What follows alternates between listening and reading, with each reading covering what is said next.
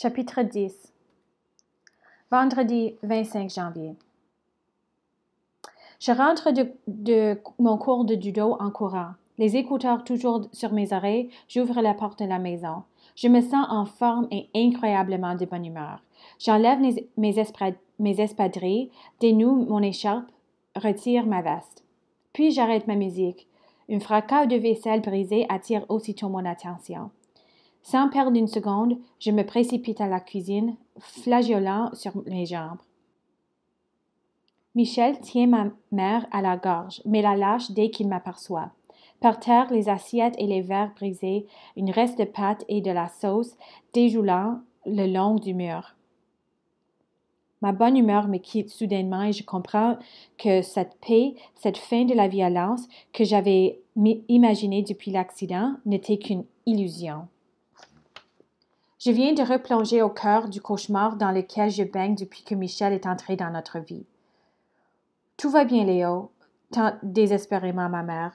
Je reste plantée là, défiant Michel du regard, tremblante mais prête à me battre, prête à tout pour sauver ma mère. Michel me toise avec dégoût, comme s'il s'apprêtait à me cracher au visage. Ta mère veut me laisser, m'annonce-t-il. Puis, sans que j'aie le temps de tenter quoi que ce soit, il envoie sous son poing valide une droite solide au visage de maman. Celle-ci s'écroule au milieu des éclats de verre et de céramique, le sang coulant de son nez, de sa bouche. Michel reste planté là, impassible, et regarde ma mère gémir en se tenant la tête. Puis il se tourne vers moi, l'air de dire « Voilà, elle a eu ce qu'elle méritait. » Le cœur battant à tout rompre, une rivière de larmes coincée dans la gorge, je les regarde à tour de rôle. Je sais que je pourrais envoyer Michel au sol, mais il y a ma mère qui... Ma mère... Mes yeux se brûlent des larmes. Michel se détourne et sort de la pièce. Encore une fois, j'aide ma mère à s'asseoir, je la prends dans mes bras. Elle pleure, son visage maculé de sang, ses beaux cheveux bruns brillant de 1000 éclats de verre. Elle se tient la mâchoire à deux mains et mes bras qui tentent de se consoler ne peuvent rien pour elle. Maman, il faut aller à l'hôpital. Non, articule-t-elle. Je sors mon téléphone cellulaire de ma poche. J'appelle une ambulance, maman. Tu es blessée, Michel fait interruption dans la pièce. Tu vois bien qu'elle joue la comédie? Elle sait faire que ça, ta salope de mère. Puis toi, ma petite Chris. Si t'appelles qui que ce soit, ce n'est plus le moment de réfléchir. M'arc-boutant, je lui envoie mon pied dans les parties génitales. Hurlant de rage, il se retrouve aux genoux, se tenant les testicules à deux mains. Je bondis sur mes pieds, m'apprêtant à me ruer hors de la cuisine, m'accrochant de toutes mes forces à mon téléphone. C'est alors que Michel m'attrape par le t-shirt, me ramenant brutalement vers lui. Par derrière, il m'époigne à la gorge et, de sa main libre, saisit un couteau posé sur le comptoir. Il le place bien en évidence sous mes yeux. « Lâche ton téléphone. Lâche ton esti de téléphone. Sinon, je tranche la gorge de ta mère, » me menace-t-il. Je laisse tomber mon téléphone par terre. D'un coup de pied, Michel l'envoie sous la cuisinière. Je tente de me débattre, mais il resserre la pression de sa main sur ma gorge. Et puis, il y a ce couteau, cette lame qui brille juste devant mon visage. Ma mère, adossée contre un armoire, le regarde en gémissant. Son visage est tuméfié et sa peau, sous la sang et les larmes, commence déjà à changer de couleur. Mon Dieu, aidez-moi. Qu'est-ce que je dois faire maintenant? Michel pose le couteau sur le comptoir. D'un geste brusque, il me lâche et me pousse contre le mur. « Occupe-toi d'elle, » m'ordonne-t-il. Je suis terrorisée. Je n'arrive plus à réfléchir. Si je dois obéir à Michel afin qu'il ne me tue pas ma mère, je le ferai. Il ouvre le frigo et se prend une bière. Il la décapsule et lance négligemment le bouchon sur ma mère, comme si elle n'était qu'un vulgaire tas de déchets. Maman, qu'est-ce que, dis-je en encadrant avec douceur son visage entre mes mains tremblantes. De la glace, articule-t-elle d'un ton faible. Je sors un bloc réfrigérant du congélateur, l'enveloppe dans un linge à vaisselle, puis je le tends à ma mère, qui le pose contre ses lèvres gonflées avec une grimace de douleur. Je mouille ensuite une débarbouillette et entreprends de lui nettoyer le visage. Michel, debout dans l'embrasure de la porte, buvant sa bière tranquillement, nous observe avec condescendance. Je me dis qu'un jour, oui, je l'enverrai en prison. Samedi 26 janvier. À 3 heures du matin, je suis réveillée par un cauchemar. Un rêve sombre et flou où Michel avançait vers moi, un couteau à la main. Le cœur battant à tout rompre, je repense à la soirée horrible que nous venons de vivre et à mon cellulaire, toujours hors de ma portée. Sans faire de bruit, je me lève et je descends. Armée d'un balai, j'explore le dessous de la cuisinière, mais à part des éclats de verre et quelques pattes collées au plancher, rien. Pas de trace de mon téléphone. Michel a dû le récupérer et le cacher quelque part. Merde. Je retourne à ma chambre, bredouille, et tente tant bien que mal de me rendormir. À 8 heures, malgré ma nuit presque blanche, je suis déjà debout. J'ouvre légèrement la porte de ma chambre et je tends l'oreille. Je n'entends aucun bruit et suppose donc que tout le monde dort encore. En vitesse, je m'habille et en prenant soin de glisser dans la poche arrière de mon pantalon de sport la carte professionnelle du sergent Brunel. Sur la pointe des pieds, je descends l'escalier, puis, sans même prendre le temps d'avaler quoi que ce soit, j'enfile mes espadrilles, ma veste et mon bonnet avant de sortir. Je marche en m'étirant, en réchauffant les muscles de mes épaules, de mon cou. Malgré le froid et le trottoir glacé, je commence à courir. La rage au cœur, j'organise mes idées. Lorsque j'arriverai chez Marianne, tout le monde sera surpris de me voir. Sans attendre, je leur dirai tout. Tout ce qui s'est passé hier soir, tout ce qui s'est passé depuis le mois d'octobre. Puis, j'appellerai le sergent Brunel. Je ne sais pas encore ce qui se passerait par la suite, mais je sais que pour l'instant, c'est ce que je dois faire. 3/4 d'heure plus tard, les poumons en feu, je sonne chez Marianne. J'attends 1, puis 2, puis 3 minutes. Peut-être qu'ils dorment toujours? Je sonne à nouveau. J'attends encore. Je cogne. Au cas où la sonnette serait défectueuse. Je fais le tour de la maison et je regarde par toutes les fenêtres. Les lumières sont éteintes. Visiblement, il n'y a personne. Je remarque par ailleurs que la voiture d'Yves n'est pas garée dans l'allée. Puis, je me souviens, Marianne m'a dit hier après-midi qu'il partait au chalet pour la fin de semaine. Découragée, je m'assois par terre devant la porte.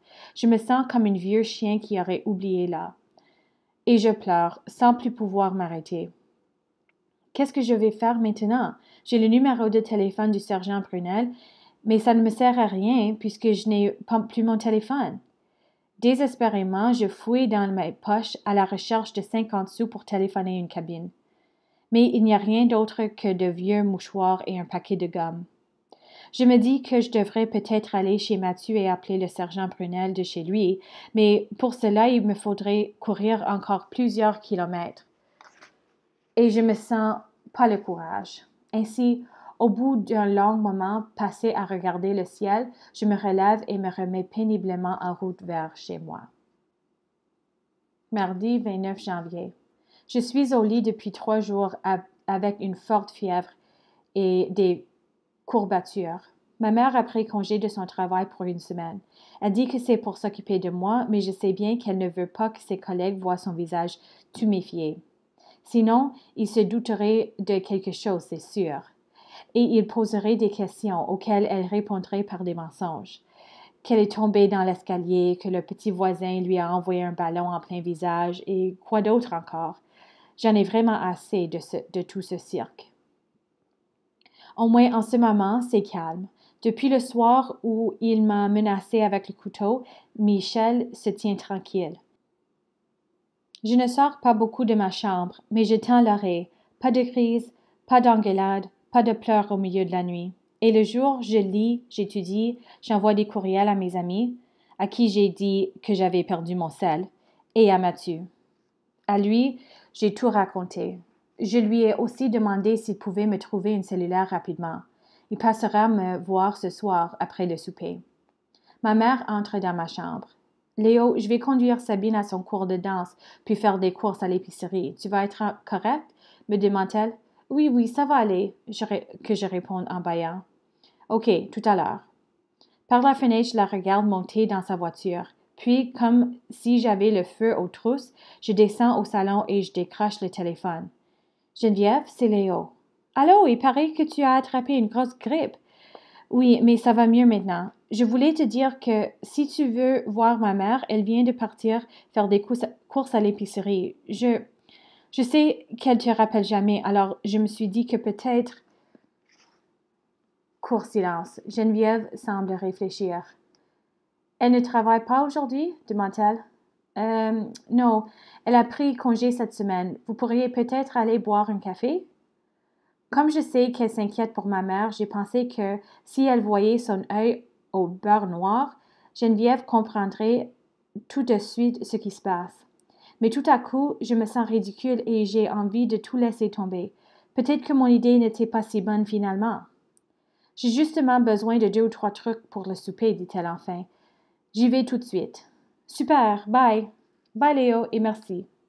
Je remonte à ma chambre, j'ouvre une petite boîte posée sur la table de chevet et en sors la carte de sergent Brunel, que je regarde longuement. Je sais que j'ai le temps de lui téléphoner avant que ma mère revienne. Je descends et m'empare de nouveau du téléphone en m'inspirant profondément. Je commence à composer le numéro lorsque j'entends la voiture se garer dans l'allée. Ma mère revient déjà? Je raccroche rapidement et vais à la fenêtre. C'est Michel. Sans perdre une seconde, je replace le téléphone sur son socle et remonte à ma chambre en prenant bien soin de refermer la porte derrière moi.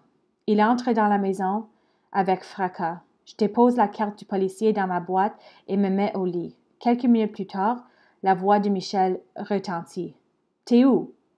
Laisse faire le café puis rentre tout de suite. » « Est-ce que je vais prendre des cafés avec mes amis, moi? Si t'es pas là en 15 minutes, je viens te chercher moi-même. » Je comprends qu'il parle à ma mère. Je comprends aussi qu'elle est avec Geneviève, mais pas pour longtemps. Je ne veux qu'espérer que celle-ci a vu son œil à beurre noir. 20 minutes plus tard, maman n'est toujours pas rentrée. Le téléphone sonne. J'entends Michel qui crie dans le combiné. « Grouille-toi le cul, esti de lambineuse. » Puis il raccroche violemment. Je l'entends malmener des objets dans la cuisine. Je suppose qu'il fera subir le même sort à ma mère lorsqu'elle reviendra. Si j'étais plus en forme, je sortirais courir pour être certain de ne pas assister à la scène. Vers 19 heures, comme convenu, Mathieu sonne à la porte. Je descends rapidement l'escalier pour l'accueillir. Dès que je le vois, ses beaux yeux bleus derrière ses petites lunettes rondes, sa faussette en menton, un courant chaud me traverse le corps, s'attardant principalement dans la région de mon bas-ventre. Les joues rouges, encore embranlées par l'engueulade et les coups qui ont suivi le retour de ma mère cet après-midi, je me retiens pour ne lui pas sauter au cou devant tout le monde. Après avoir gentiment embrassé ma mère et fait un câlin à ma sœur, Mathieu enlève son manteau et nous montons à ma chambre. Je laisse la porte ouverte comme ma mère me l'a demandé. Au bout d'une longue étreinte, Mathieu sort de sa poche un téléphone cellulaire et son chargeur et me les remet. « Tu me sauves la vie, » dis-je à voix basse. « Cache-les tout de suite, » me conseille-t-il. Je planque le tout d'entre 2 chandails de laine dans le tiroir de ma commode. 1 heure plus tard, alors que je suis en train de faire des devoirs dans ma chambre, le téléphone sonne. Je tends l'oreille. Michel répond. Il demande qui appelle. C'est pour ta fille, annonce-t-il avec colère à ma mère. Sans attendre, je descends l'escalier. Michel me donne le téléphone sans me regarder. Allô? Dis-je d'une toute petite voix. C'est Geneviève. Léo, j'ai vu le visage de ta mère. Il faut qu'on se parle, toi et moi, et vite. Tu peux passer à la maison samedi après-midi? Tout en l'écoutant, je monte l'escalier. Michel me fixe avec méfiance. Je referme doucement la porte de ma chambre derrière moi. Oui. Je te préviens tout de suite, il va falloir qu'on avertisse la police. Mon cœur bat trop fort. Je sens mon courage me quitter. Léo? Tu dis rien à Marianne, ok? Bien sûr, tu as été courageuse de m'appeler aujourd'hui. Tu n'as pas à vivre tout ça. Et ta mère non plus. Si elle était devant moi, je me mettrais dans ses bras. Je me mets à pleurer. Tu veux que je vienne te chercher? Non, c'est correct. Tu peux débarquer chez nous quand tu veux, ma pousse. Tu le sais, hein? Je hoche la tête, incapable d'articuler la moindre parole. Ça va aller? S'inquiète-t-elle. Oui, dis-je d'une voix étranglée. Bonne nuit, ma belle. On se voit samedi. Et tu m'appelles n'importe quand, même au milieu de la nuit. Je suis là, Léo, je suis là. Je me couche avec une grosse boule dans la gorge. Pendant une bonne heure, je me retourne dans mon lit, puisque je finis par m'endormir, épuisée. Vers 2 heures du matin, je suis réveillée par des cris. Je me lève rapidement. Dans le couloir, ma petite sœur en pyjama, son ourson sous ses bras, est fillée debout, devant la porte ouverte de la chambre de ma mère. Elle lève vers moi les yeux affolés. Je me précipite devant elle. Ma mère, nue, est repliée sur elle-même dans un coin. Michel ne s'étant pas aperçu de notre présence, l'empoigne par les cheveux, lui cogne la tête contre le mur à plusieurs reprises. J'attrape ma petite sœur par la main en lui intimant silencieusement de se taire. Avec précaution, je referme derrière nous la porte de ma chambre. En tentant de faire le moins de bruit possible, j'ouvre les tiroirs de ma commode et cherche de mes doigts tremblants mon téléphone. Au bout d'une éternité, je mets enfin la main dessus. Je pousse doucement ma sœur dans le garde-robe et referme la porte sur nous. Je sais qu'elle a peur du noir et je prie intérieurement pour elle, pour qu'elle ne s'énerve pas. Le temps presse. Je ne peux pas tout lui expliquer. Je la serre donc très fort contre moi, tout en allumant l'appareil qui émet une série de petits sons. Merde! Je pense bien que s'il nous trouve ici, Michel nous tuera. La gorge sèche, le cœur battant comme un fou dans ma poitrine, mais ignorant la peur panique qui m'envahit, je compose le 911.